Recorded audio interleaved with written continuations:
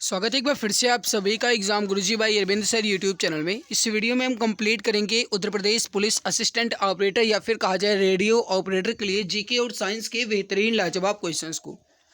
दोस्तों, इसके पहले जितनी भी क्लासेस हुई हैं, अगर आप देखना चाहते हैं तो चैनल की प्लेलिस्ट में जाइए, वहाँ से आप सभी क्लासेस को आसानी से देख सकते हैं। और क्लास में और आगे बढ़ने से पहले मैं आपसे एक छोटा सा निवेदन करना चाहता हूँ। देखिए मित्र, बच्चे बहुत ही कम देखते हैं, क्लास जो है बहुत ही कम देखी जाती है, फिर भी मैं आपके लिए डेली क्लास ले रहा हूँ, अपना कीमती समय आपके लिए खर्च करता हूँ। जिम्मेदारी आपकी बनती है कि आप अपनी फ़र्ज को निभाएं। देखो, ये केवल मैं कहता हूँ, मैं जानता हूँ कि आप करते नहीं हो, फिर भी मुझे कहना पड़ता है कि हो सकता है कुछ ऐसे भी मित्र हों जो अपनी जिम्मेदारी को समझ पाएँ। तो प्लीज़, अगर आप समझ पाते हैं कि अपनी जिम्मेदारी को, कि मैं अगर मेहनत करता हूँ तो आपको हमारी मेहनत को और भी उत्साहित करने के लिए, हमें एक तरीके से ऊर्जा देने के लिए आप सपोर्ट कीजिए। फिलहाल चलिए आज के इस बेहतरीन लाजवाब क्लास की शुरुआत करते हैं। सारे क्वेश्चंस आपके यूपी पुलिस से रिलेटेड पूछे गए हैं, चाहे वो यूपी पुलिस कांस्टेबल में पूछा गया हो या यूपीएसआई में पूछा गया हो। सारे क्वेश्चंस आपके प्रीवियस ईयर क्वेश्चन पेपर हैं। चलिए शुरू करते हैं और आपके सामने इंपॉर्टेंट क्वेश्चन रखते हैं।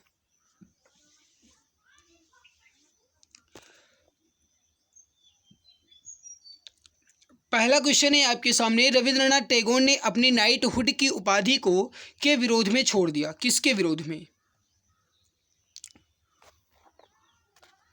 देखिए, यूपी कांस्टेबल एग्जाम में पूछा गया सवाल है। राइट हो जाएगा जलियांवाला बाग नरसंहार के विरोध में। राइट हो जाएगा आपका, वो हो जाएगा बी ऑप्शन। मेरे प्यारे भाई, थोड़ा सा समझ लीजिए, अगर आपसे पूछा जाए एग्जाम में जलियांवाला बाग हत्याकांड कब हुआ, तो आप क्या बताएंगे? 13 अप्रैल 1919 को। कहाँ पर हुआ, अगर ये पूछा जाए आपसे तो आप क्या बताएंगे? 13 अप्रैल 1919 को हुआ, और ये हुआ था पंजाब में। और पंजाब में कहाँ पर? तो पंजाब के अमृतसर में, ठीक है। और इसमें जनरल डायर ने गोली चलवाने का आदेश दिया था, जिसमें बहुत सारे निर्दोष मारे गए थे जो निहत्थे थे, यानी उनके पास हथियार वगैरह नहीं था, ठीक है। और इसी का बदला लेने के लिए जनरल डायर की जो हत्या है, ये सरदार ऊधम सिंह ने की थी। तो इसको भी आप ध्यान रखेंगे, सरदार ऊधम सिंह ने ये की थी, इन्होंने, सरदार ऊधम सिंह ने जनरल डायर की हत्या। तो इसको आप ध्यान रखेंगे, आपसे पूछा जा सकता है। थोड़ा सा और देख लीजिए यहाँ पे।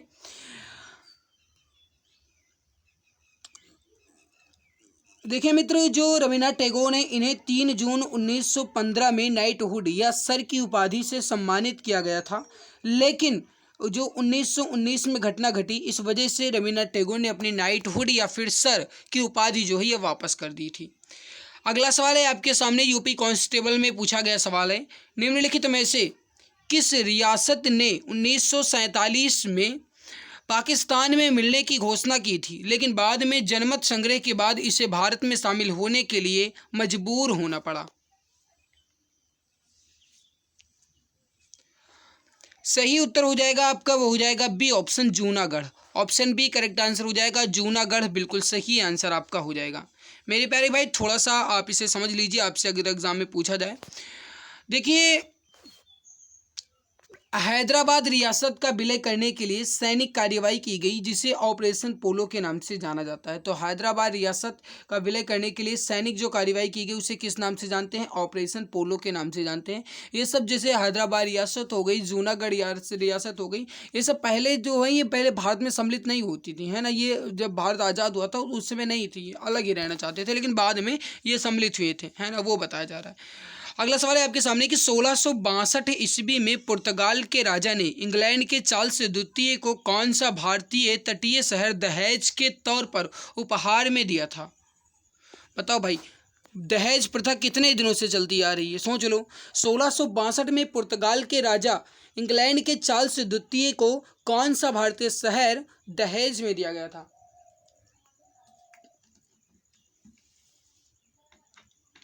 यूपी कांस्टेबल का एग्जाम का सवाल है।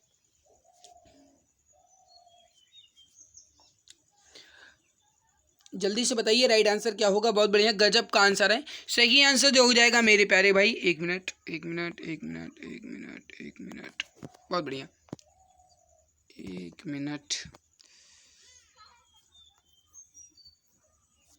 चलिए, देखिए सही आंसर क्या हो जाएगा आपका? Mumbai. A option correct answer आपका हो जाएगा, मुंबई। ठीक है, ये थोड़ा ब्रश में कुछ प्रॉब्लम आ रही है, लिखो कुछ दूसरा लिख जा रहा है, कुछ दूसरा। एक मिनट वेट कीजिए प्लीज़। दोस्तों थोड़ा सा यहाँ पे समझ लीजिए इसके एक्सप्लेन को। मई 1661 में पुर्तगाल के राजा इंग्लैंड के राजकुमार चार्ल्स द्वितीय को भारतीय तटीय शहर मुंबई दहेज के तौर पर उपहार में दिया गया था। कैथरीन वेंगरेजा और चार्ल्स द्वितीय के विवाह के बाद बम्बई बंदरगाह दहेज में मिले थे। 1668 में चार्ल्स द्वितीय ने बम्बई को ईस्ट इंडिया कंपनी के 10 पाउंड वार्षिक किराए पर दे दिया था, तो इसको भी आप ध्यान रखेंगे। अगला, भूजल रिसाव के द्वारा रिचार्ज होता है। कुछ स्थानों पर भूजल भौमजल स्तर के नीचे कठोर चट्टान की परतों के बीच होता है। इस जल को क्या कहते हैं? थोड़ा सा आपको टफ लग रहा होगा लेकिन इजी है। ये 2018 लिखा है, टाइपिंग मिस्टेक है, 218 मत समझ लेना।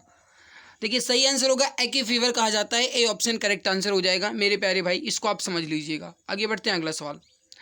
निम्नलिखित में से कौन सी नदी यमुना नदी की सहायक नदी नहीं है? कौन सी नदी यमुना नदी की सहायक नदी नहीं है? नहीं आपसे पूछा जा रहा है, जल्दबाजी नहीं करेंगे। देखिए यमुना नदी की सहायक नदी इसमें केन, चंबल, बेतवा ये सब है भाई। कल्याणी जो है ये यमुना नदी की सहायक नदी नहीं है। हमसे पूछा गया है नहीं है, तो राइट हो जाएगा डी ऑप्शन कल्याणी। थोड़ा सा यहाँ पे समझ लीजिए, यमुना गंगा की सबसे बड़ी सहायक नदी है और यमुना नदी जो है ये यमुनोत्री से निकलने के बाद प्रयागराज में गंगा नदी से मिल जाती है। यमुना की कुछ प्रमुख सहायक नदियों में चंबल, केन और बेतवा ये सब हैं। कल्याणी जो है ये गंगा की सहायक नदी है। तो आपसे एग्जाम में पूछा जाए कि गंगा की सहायक नदी इनमें से कौन सी है, तो कल्याणी अगर ऑप्शन में मिलता है तो उसको आप टिक कर सकते हैं। चलिए आगे बढ़ते हैं और अगला सवाल देखते हैं। सवाल है कि निम्नलिखित में से कौन सी नदी बंगाल की खाड़ी में नहीं गिरती? यहाँ पे थोड़ा नहीं लिखा है भाई, यहाँ पर थोड़ा सा देख लो, टाइपिंग मिस्टेक है, ये नहीं लिखा है, ठीक है। निम्नलिखित में से कौन सी नदी बंगाल की खाड़ी में नहीं गिरती? नहीं आपसे पूछा जा रहा है। कुछ बच्चे इसी में मिस्टेक हो जाते हैं, नहीं और हाय में।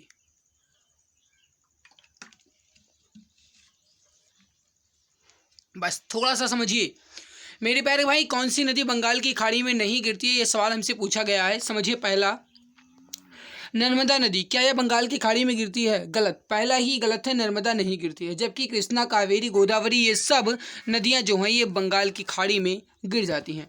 थोड़ा सा एक्सप्लेन यहाँ पर देख लीजिए नर्मदा नदी के बारे में। जैसे नर्मदा नदी का उद्गम जो है विंध्याचल की मैकाल पहाड़ी की श्रृंखला में अमरकंटक नामक स्थान से होता है। नर्मदा ये मध्य प्रदेश से संबंधित है, ठीक है। आगे की जो कि अमरकंटक की पहाड़ियों से निकल करके छत्तीसगढ़, मध्य प्रदेश, महाराष्ट्र व गुजरात से होकर बहते हुए लगभग 1312 किलोमीटर का प्रवाह पथ तय करती है। कहने का मतलब है कि 1312 किलोमीटर लगभग है नर्मदा नदी, ठीक है। ये जो है नर्मदा नदी ये मध्य प्रदेश हो गया, छत्तीसगढ़ हो गया, महाराष्ट्र हो गया और गुजरात से होकर के बहती है। मुख्य रूप से छत्तीसगढ़ मध्य प्रदेश में सबसे ज़्यादा, ठीक है। और मेरे प्यारे भाई जो यहाँ पे नदियाँ हैं कृष्णा, कावेरी, गोदावरी ये सब नदियाँ जो हैं ये बंगाल की खाड़ी में गिरती हैं। जबकि नर्मदा नदी जो है ये खंभात की खाड़ी में गिरती है। तो इसको आप ध्यान रखेंगे। अगला, यूपी कांस्टेबल एग्जाम में पूछा गया सवाल, निम्नलिखित में से कौन सी नदी भारत में ब्रह्मा घाट पर करनाली नदी से जुड़ती है और घाघरा नदी बन जाती है? कौन सी नदी भारत में ब्रह्मघाट पर करनाली नदी से जुड़ती है और घाघरा नदी बन जाती है? ये सवाल हमसे पूछा गया है। राइट हो जाएगा आपका, वो हो जाएगा यहाँ पे Sharda, option C correct answer हो जाएगा, शारदा नदी, ठीक है। आगे बढ़ते हैं, अगला सवाल है कि 1969 में कितने बैंकों का राष्ट्रीयकरण हुआ था? यूपीएसआई में पूछा गया सवाल है ये। 1969 में कितने बैंकों का राष्ट्रीयकरण हुआ था?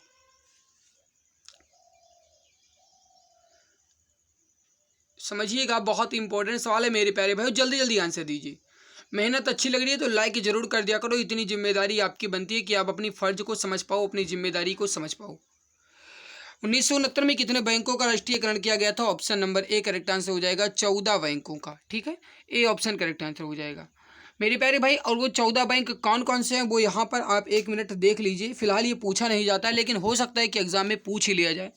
जैसे इलाहाबाद बैंक हो गया, बैंक ऑफ बड़ौदा हो गया, बैंक ऑफ इंडिया हो गया, bank of Maharashtra, Canara bank, central bank of India और देना बैंक, इंडियन बैंक मेरे प्यारे, इंडिया बैंक और Indian overseas bank, union bank of India, Punjab national bank, इसके अलावा सिंडिकेट बैंक और यूसीओ बैंक और यूनाइटेड बैंक ऑफ इंडिया। ये जो है ये 14 बैंक, इनका राष्ट्रीयकरण जो है ये 1969 में किया गया था। तो इसको आप ध्यान रखेंगे। अगला है कि पुरानी मुद्रा को समाप्त कर उसके स्थान पर नई मुद्रा जारी करने की कार्यवाही क्या कहलाती है? पुरानी मुद्रा को समाप्त करके उसके स्थान पर नई मुद्रा जारी करने की कार्यवाही, जैसे हाल ही में भी जानकारी में आया है कि 2000 की नोट जो है ये बंद हो चुकी है मेरे प्यारे भाई। इस वजह से अगर ये 2000 की नोट बंद हुई तो कहीं ना कहीं कोई दूसरी नोट जारी की जाएगी। तो जब दूसरी नोट जारी की जाएगी और जो पुरानी नोट है ये बंद हो गई, इस प्रक्रिया को क्या कहते हैं? विमुद्रीकरण कहते हैं, विमुद्रीकरण। राइट होगा आपका डी ऑप्शन, ठीक है, डीमोनिटाइजेशन। तो यहाँ पे राइट क्या होगा? डीमोनिटाइजेशन, ठीक है, डी ऑप्शन करेक्ट आंसर हो जाएगा। ये यूपीएसआई 2001 में सवाल पूछा गया था। यहाँ पर आप देख सकते हैं फिलहाल ये वही बताया गया कि 8 नवंबर 2016 में 500 और 1000 के नोट जो हैं बंद किए गए और उनके स्थान पर 500 और 2000 के नए नोट जारी किए गए थे। फिलहाल अब के लिए 2000 नोट बंद कर दिया गया है। अब कितना जारी किया जाता है वो तो आगे पता चलेगा। आगे, पुनर्गठित योजना आयोग का नया नाम क्या है? यूपीएसआई मृतक आश्रित, यूपी पुलिस कंप्यूटर ऑपरेटर में पूछा गया सवाल है। जल्दी से बताओ राइट आंसर क्या होगा।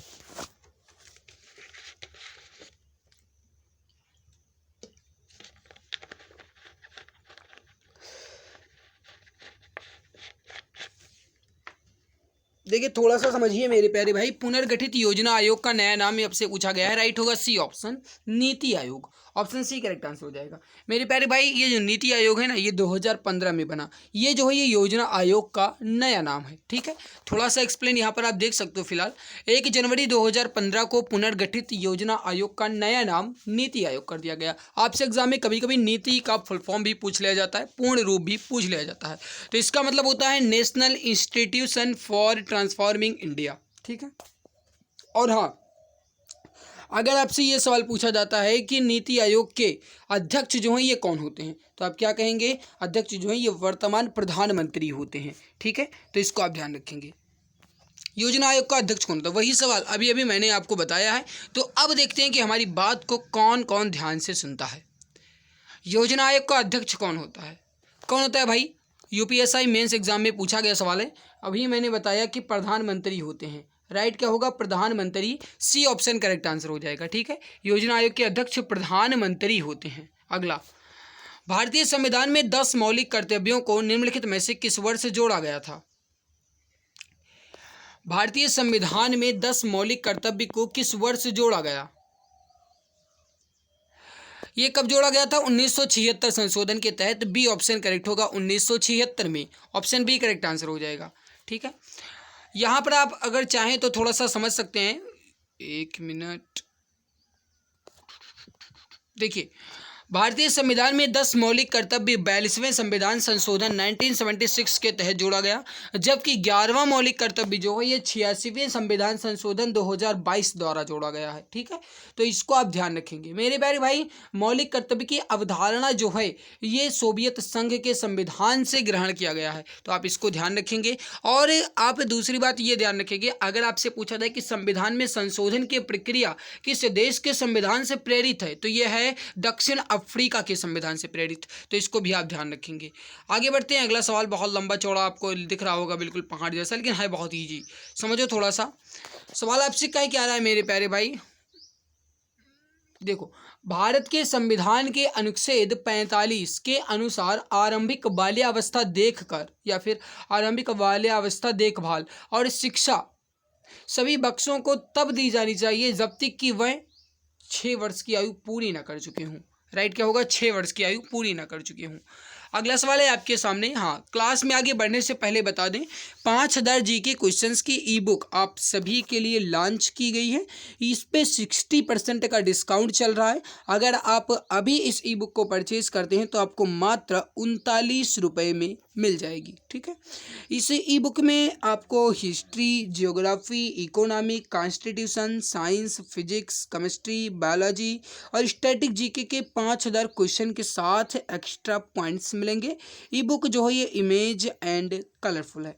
अगर आप इस ई बुक को परचेज कर लेते हैं तो आपका यूपी पुलिस कांस्टेबल और UP police radio operator exam जो है अच्छे से क्लियर हो जाएगा, ये मैं गारंटी ले सकता हूँ। क्योंकि मेरे प्यारे भाई इसमें वही क्वेश्चंस हैं जो आपके यूपी पुलिस एग्ज़ाम को टारगेट करके तैयार किए गए हैं। अगर आप चाहें तो इस ई बुक को आसानी से परचेज कर सकते हैं 60% डिस्काउंट के साथ मात्र 39 रुपये में।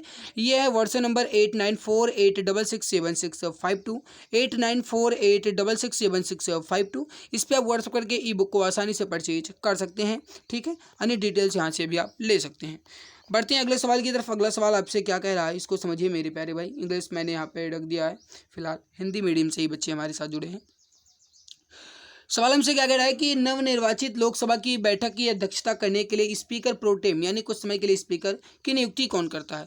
अब थोड़ा सा समझो मेरे प्यारे भाई, नवनिर्वाचित लोकसभा की बैठक की अध्यक्षता करने के लिए स्पीकर प्रोटेम का मतलब होता है कि कुछ समय के लिए स्पीकर बनाए जाए, बस कुछ ही समय के लिए, है ना। उनकी नियुक्ति कौन करता है, कौन करते हैं, बहुत बढ़िया, भारत के राष्ट्रपति। अरे भैया, भारत के राष्ट्रपति करते हैं, सी ऑप्शन करेक्ट होगा, भारत के राष्ट्रपति, ठीक है। आगे बढ़ते हैं। अगला सवाल है कि भारत के संविधान के संदर्भ में भारत के महान्यायवादी की पदावधि कितनी है। भारतीय संविधान के संदर्भ में भारत के महान्यायवादी की पदावधि कितनी है। देखो भाई, भारत के महान्यायवादी की पदावधि की कोई सीमा ही नहीं है, मतलब वो निश्चित अवधि नहीं है, राइट होगा डी ऑप्शन, कोई फिक्स ही नहीं है, ठीक है। अगर आप चाहें तो थोड़ा सा एक्सप्लेन देख सकते हैं। भारत के महान्यायवादी भारत सरकार के मुख्य कानूनी सलाहकार और भारतीय उच्चतम न्यायालय में सरकार के प्रमुख वकील होते हैं। अनुच्छेद 76 के तहत भारत के राष्ट्रपति द्वारा इनकी नियुक्ति की जाती है। जो व्यक्ति उच्चतम न्यायालय के न्यायाधीश बनने की योग्यता रखता है वो महान्यायवादी के पद पर नियुक्त किया जा सकता है, ठीक है। अनुच्छेद 88 के अनुसार वह संसद की कार्यवाही में भाग ले सकता है। महान्यायवादी की पदावधि जो है भारत के संविधान में निश्चित नहीं की गई है, वो राष्ट्रपति के प्रसाद पर्यंत पद पर रहते हैं। कहने का मतलब है कि राष्ट्रपति के अनुसार वो अपने पद पर रहते हैं, क्योंकि इनकी नियुक्ति जो है मेरे प्यारे भाई ये किसके द्वारा की जाती है, राष्ट्रपति के द्वारा ही की जाती है 76 अनुच्छेद के तहत, तो ये राष्ट्रपति के ही प्रसाद पर्यंत रहते हैं। अगला सवाल है कि भारत में सर्वोच्च कानूनी अधिकारी कौन होता है, मतलब कानून अधिकारी कौन है। अभी मैंने बताया मेरे प्यारे भाई, भारत का सर्वोच्च कानूनी अधिकारी कौन है, बताएंगे कानून अधिकारी। अभी बताया भारत के महान्यायवादी 75 के अनुसार नियुक्ति की जाती है, राइट। क्या होगा मेरे प्यारे भाई यहाँ पे आपका ए ऑप्शन। अगला, भारत के प्रधानमंत्री को किसके द्वारा नियुक्त किया जाता है। भारत के प्रधानमंत्री को किसके द्वारा नियुक्त किया जाता है, जल्दी से बताइए राइट आंसर क्या होगा।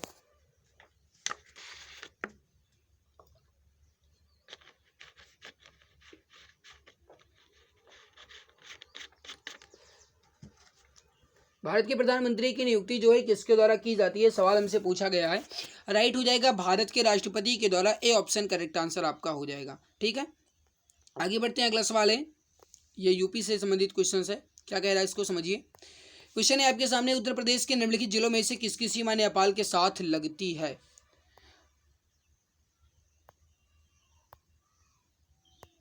बताइए, उत्तर प्रदेश के निम्नलिखित जिलों में से किसकी सीमा नेपाल के साथ लगती है, वो हो जाएगा बी ऑप्शन, महाराजगंज की सीमा, राइट। क्या हो जाएगा, बी ऑप्शन, ठीक है।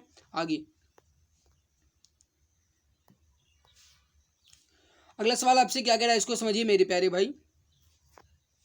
एक जिला एक उत्पाद योजना के तहत हस्त निर्मित कागज के उत्पादन के लिए उत्तर प्रदेश के जिले को चुना गया, कौन से जिले को चुना गया। एक जिला एक उत्पाद योजना के तहत हस्त निर्मित कागज के लिए कौन सा जिला चुना गया, राइट होगा B option, Jalaun, B option correct होगा। अगला सवाल है आपके सामने, क्या कह रहा है इसको समझिए मेरे प्यारे भाई। आगरा और अवध के संयुक्त प्रांत जिन्हें अब उत्तर प्रदेश के नाम से जाना जाता है ने वर्ष 1921 में अपनी राजधानी को से लखनऊ में स्थानांतरित किया। मतलब कुल मिलाकर के कहने का मतलब है कि उत्तर प्रदेश की राजधानी जो है लखनऊ से पहले कहाँ पर थी। यूपी कांस्टेबल एग्जाम में पूछा गया सवाल है। सही आंसर हो जाएगा आपका, हो जाएगा ऑप्शन नंबर सी, इलाहाबाद। मतलब जो लखनऊ से पहले राजधानी थी ये कहाँ थी, इलाहाबाद में थी। थोड़ा सा अगर आप चाहें तो समझ सकते हैं। फिलहाल देखिए मेरे प्यारे भाई, वर्ष 1921 में लखनऊ हस्तांतरित की गई, मतलब 1921 में राजधानी जो है लखनऊ बनी। इसके पहले जो है इलाहाबाद हुआ करती थी। वर्तमान समय में लखनऊ उत्तर प्रदेश की प्रशासनिक व विधायिक राजधानी है और इलाहाबाद जो है न्यायिक राजधानी है। तो न्यायिक राजधानी पूछा जाएगा तो आप क्या कहेंगे, इलाहाबाद है, ठीक है, जिनका नया नाम प्रयागराज है। तो आप इसको ध्यान रख सकते हैं। फिलहाल गौतम बुद्ध की माँ देवदह राज्य के शासक परिवार से थीं, जो अब उत्तर प्रदेश के किस जिले में है। गौतम बुद्ध की माँ देवदह राज्य के शासक परिवार से थीं, जो अब उत्तर प्रदेश के किस जिले में है। बहुत बढ़िया मेरे प्यारे भाई, गजब का आंसर है, जल्दी से बताइए राइट आंसर क्या होगा। देखिए समझिएगा, सही आंसर जो हो जाएगा ये हो जाएगा आपका सी ऑप्शन बस्ती। ऑप्शन सी करेक्ट आंसर हो जाएगा बस्ती। गौतम बुद्ध की माँ देवदह राज्य के शासक परिवार में जो है ये उनसे संबंधित थी और ये अब जो है ये बस्ती में है। ठीक है, राइट क्या होगा, सी ऑप्शन। आगे बढ़ते हैं, अगला सवाल है आपके सामने। काला नमक चावल की किस्म को एक जिला एक उत्पाद योजना के तहत तो उत्तर प्रदेश के किस जिले से उत्पाद के रूप में चुना गया है? जल्दी जल्दी आंसर दो भाई, बात नहीं करना है, जल्दी जल्दी आंसर दो। सिद्धार्थनगर को, बी ऑप्शन करेक्ट आंसर हो जाएगा। कुछ बच्चे सिद्धार्थनगर से होंगे भी, ठीक है, जीआई टैग भी इसे मिला है तो इसको ध्यान रखेंगे। सूफी कवि अमीर खुसरो का जन्म उत्तर प्रदेश के किस जिले में हुआ था? अभी हाल ही में उत्तर प्रदेश को और एक नया जीआई टैग मिला है, वो किस पर मिला है आप इसका आंसर जो है कमेंट में मुझे बताएंगे, क्योंकि ये दूसरी बार मिला है। इसके पहले जो है मेरे प्यारे वो आंध्र प्रदेश को मिल चुका था और अब की जो मिला है वो अपने उत्तर प्रदेश को मिला है और अमरोहा जिले को मिला है, ये भी मैं बता रहा हूँ। अब ये किस पर मिला है ये आपको बताना है। सूफी कवि अमीर खुसरो का जन्म उत्तर प्रदेश के एटा में हुआ था, राइट होगा आपका सी ऑप्शन एटा। आगे बढ़ते हैं, बहू बेगम का मकबरा उत्तर प्रदेश के किस जिले में स्थित है? बहू बेगम का मकबरा उत्तर प्रदेश के किस जिले में है? राइट आंसर हो जाएगा आपका, वो हो जाएगा यहाँ पे फैजाबाद में, डी ऑप्शन आपका करेक्ट आंसर हो जाएगा। निम्नलिखित में से किस प्रसिद्ध भारतीय शास्त्रीय गायिका को उसके शिष्यों द्वारा प्यार से अप्पा जी बुलाया जाता है? अप्पा जी हम किसे बुलाते हैं? सही आंसर हो जाएगा आपका, हो जाएगा गिरिजा देवी को, ए ऑप्शन करेक्ट आंसर हो जाएगा गिरिजा देवी को। ठीक है, आगे बढ़ते हैं, अगला सवाल है आपके सामने। हाँ, यहाँ पे अब जी के क्वेश्चन जो है आपका कंप्लीट हो चुका है पूरा मेरे प्यारे भाई। और आपको बता दें कि कल की पीडीएफ नहीं मिल पाई थी और आज की पीडीएफ ये दोनों मैं कल सुबह भेज दूंगा। ठीक है, कल सुबह मिलेगी भाई। ठीक है, अब आज तो अभी क्लास ही चल रही है, कल सुबह आपको इसकी पीडीएफ मिल जाएगी, टेलीग्राम पे आपको मिलेगी। एग्जाम गुरुजी भाई अरविंद सर के नाम से टेलीग्राम चैनल है, ज्वाइन कर लीजिएगा। बढ़ते हैं साइंस क्वेश्चन की तरफ, लेकिन उससे पहले निवेदन है भाई लाइक कर दिया करो, जिम्मेदारी आपकी बनती है, इतनी आपकी फ़र्ज़ है कि आप कम से कम लाइक तो कर ही सकते हो। बच्चे देख लेते हैं क्लास फिर भी लाइक नहीं करते, बोलते बोलते गला सूख जाता है, इम्यूनिटी क्षमता कम हो जाती है। अब क्यों कम होती है भाई, समझ सकते हो, क्या बताएं। चलिए, सवाल अगला है कि एलईडी के संदर्भ में डी का मतलब क्या है? एलईडी के संदर्भ में डी का मतलब क्या है? एलईडी का पूरा नाम क्या है पहले ये बताओ। डायोड इसका मतलब हो जाएगा पहली बात तो, बी ऑप्शन। अब एलईडी का फुल फॉर्म क्या होता है वो देख लो। एलईडी का जो फुल फॉर्म होता है ये होता है light emitting diode, light emitting diode. ठीक है, और डी का मतलब क्या हो जाएगा, डायोड।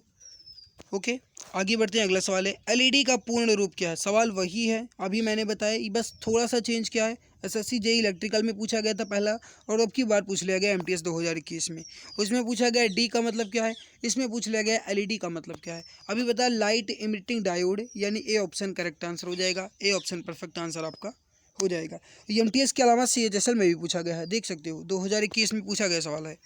बढ़ते हैं अगले सवाल की तरफ। अगला है कि जब लोहे में जंग लग जाती है तब उसका वजन कैसा होता है? भाई जब लोहे में जंग लग जाएगी तो वजन कैसा होगा? सीजीएल में पूछा गया सवाल है, प्रीलिम से भी पूछा गया सवाल है।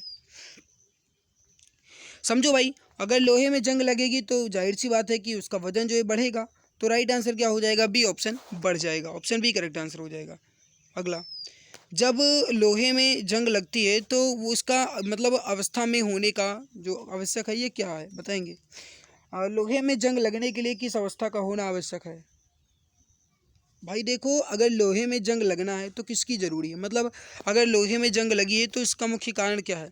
मुख्य कारण जो है इसका ना ये है O2 की उपस्थिति, यानी कि कुल मिलाकर के कहा जाए एक तरीके से तो ऑक्सीजन की उपस्थिति, हवा की उपस्थिति। अगर हवा और नमी, यानी कि अगर आप बाहर ना रखें लोहे को और उसमें अगर हवा ना लगे, पानी ना लगे, तो जाहिर सी बात है कि जंग नहीं लगेगा, है ना।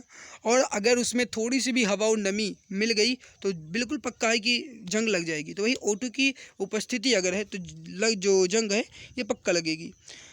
आगे बढ़ते हैं, अगला सवाल है आपके सामने। सवाल क्या कह रहा है इसको समझिए, एमटीएस 2021 में पूछा गया सवाल है, शिफ्ट नंबर 1 में। सवाल है कि सूर्य के प्रकाश की लाल और हरे रंग की तरंगदैर्घ्य के अलावा लाल और हरे के अलावा महासागर में जल के अणुओं द्वारा सूर्य के प्रकाश की अन्य कौन से रंग की तरंग दैर्ध्य अवशोषित की जाती है? देखो भाई, कंफर्म कर दिया गया है कि लाल और हरे के अलावा, लाल और हरे के अलावा मतलब पीली, डी ऑप्शन करेक्ट होगा। ओके, आगे बढ़ते हैं। अगला सवाल है आपके सामने, क्या कह रहा है इसको समझ लीजिए। सवाल कह रहा है मेरे प्यारे भाई कि फ़ारेनहाइट स्केल पर भापांक यानी स्टीम पॉइंट क्या होता है? ये होता है 212 डिग्री फ़ारेनहाइट। राइट होगा सी ऑप्शन, 212 डिग्री फ़ारेनहाइट। अगला सवाल है आपके सामने कि समुद्र स्तर पर पानी का क्वथनांक कितना होता है? समुद्र स्तर पर पानी का क्वथनांक कितना होता है? 100 डिग्री सेल्सियस। कितना होता है? 100 डिग्री सेल्सियस। राइट आंसर क्या होगा? B option, 100 degree Celsius. CHSL में पूछा गया है। तरल पदार्थ के क्वथनांक पर क्या प्रभाव पड़ता है? तरल पदार्थ के क्वथनांक पर क्या होता है? तापमान बढ़ेगा, वायुमंडलीय दाब बढ़ेगा, नियत ताप घटेगा, या फिर क्या होगा? देखो, तरल पदार्थ के क्वथनांक पर तापमान जो है नियत ही रहेगा, मतलब कोई भी परिवर्तन नहीं होगा। राइट होगा सी ऑप्शन। यदि पृथ्वी की त्रिज्या कम हो जाती है और इसका द्रव्यमान स्थिर रहता है तो गुरुत्वाकर्षण कैसा होगा? भाई देखो, अगर त्रिज्या कम हो जाएगी, कहने का मतलब एक तरीके से रेडियस जो है ये कम हो जाएगी, और द्रव्यमान यानी कि जो इसका मास है ये बिल्कुल सेम ही रहेगा, तो गुरुत्वाकर्षण जाहिर सी बात है अधिक हो जाएगा। राइट क्या हो जाएगा? बी ऑप्शन, अधिक हो जाएगा। ठीक है, आगे बढ़ते हैं। अगला सवाल है कि जब लिफ्ट में एक समान वेग के साथ कोई व्यक्ति नीचे जा रही है या जा रहा है तो उसमें किसी व्यक्ति का स्पष्ट वजन कैसा होगा?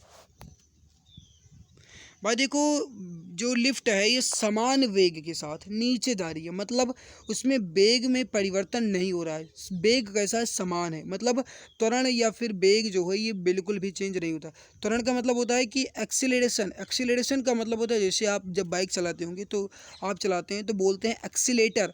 एक्सीलेटर वही उसी शब्द से बना है भाई, एक्सीलरेशन से ही, है ना। एक्सीलेटर का मतलब होता है कि जितना आप खींचोगे उतनी तेज भागेगी आपकी बाइक, है ना भाई। तो मेरे प्यारे भाई वही है कि त्वरण जो है ये आपका कैसा होता है, अगर आप थोड़ी सी भी अपना वेग बढ़ाओगे तो जो त्वरण है ये बढ़ जाएगा। तो समान वेग है, मतलब ना तो त्वरण बढ़ रहा है और ना ही वेग बढ़ रहा है। तो और जो लिफ्ट है ये नीचे आ रही है, तो परिवर्तन क्या होगा? उसी के बराबर वजन जब व्यक्ति स्थिर रहता है। राइट क्या होगा? D option. ओके, आगे बढ़ते हैं। अगला सवाल है कि लोलक द्वारा एक दोलन पूरा करने के लिए ले गए समय को क्या कहते हैं? लोलक द्वारा एक दोलन को पूरा करने में जो समय लिया जाता है उसे क्या कहते हैं? उसे हम कहते हैं आवर्तकाल, जिसे आप इंग्लिश में टाइम पीरियड भी कहते हैं। ए ऑप्शन राइट होगा, आवर्तकाल। आगे बढ़ते हैं कि क्वेश्चन क्या कह रहा है कि किसी सरल लोलक की गति जो है ये किसके उदाहरण है? किसी भी सरल लोलक की गति जो है किसका उदाहरण? ये आवर्ती गति का उदाहरण है। राइट होगा आपका सी ऑप्शन। MTS में पूछा गया सवाल है 2017 में। अगला सवाल है मेरे प्यारे भाई कि एक दोलक या पेंडुलम की चंद्रमा पर समय अवधि उसकी पृथ्वी पर समय अवधि के क्या होगी? देखो भाई, चंद्रमा पर जो पेंडुलम की समय अवधि होगी वो पृथ्वी पर समय अवधि के बढ़ेगी, मतलब ज़्यादा होगी। राइट क्या होगा? C option. अगला सवाल है आपके सामने, क्या कह रहा है? किसी साधारण पेंडुलम में एक छोटी धातु की गेंद या पत्थर का एक टुकड़ा एक धागे द्वारा दृढ़ स्टैंड से लटका हुआ होता है। धातु की गेंद पत्थर के टुकड़े के पेंडुलम को क्या कहा जाता है? उसे हम क्या कहते हैं भाई? बॉब कहा जाता है। क्या कहते हैं उसे? हम बॉब कहते हैं।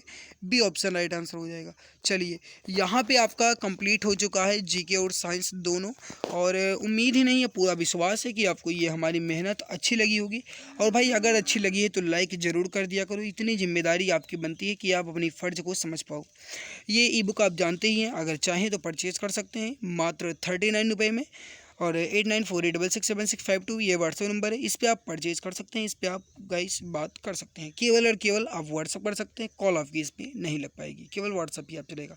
ठीक है भाई, तो यहाँ पे आज की जो बेहतरीन क्लास है ये कैसी लगी कमेंट्स में ज़रूर बताइएगा। अच्छी लगी तो लाइक करके जाना, जो चैनल पे पहली बार है मैं सब्सक्राइब कर लेंगे ताकि आने वाली सभी नई क्लास की नोटिफिकेशन मिला करे। इसके पहले जितनी भी क्लासेज हुई हैं देखना चाहते हैं तो चैनल की प्लेलिस्ट में जाइए, वहाँ से आप UP police radio operator GK GS new series के नाम से प्लेलिस्ट बनी है, वहाँ से आप सभी क्लास को आसानी से बिल्कुल देख सकते हैं। ओके, तो मिलते हैं इसके बाद एक नई खास वीडियो में। तब तक के लिए खुश रहिए, मुस्कुराते रहिए, लगे रहिए जी जान से के साथ। सपना पूरा होगा, वर्दी पक्का मिलेगी। जय हिंद। जय भारत।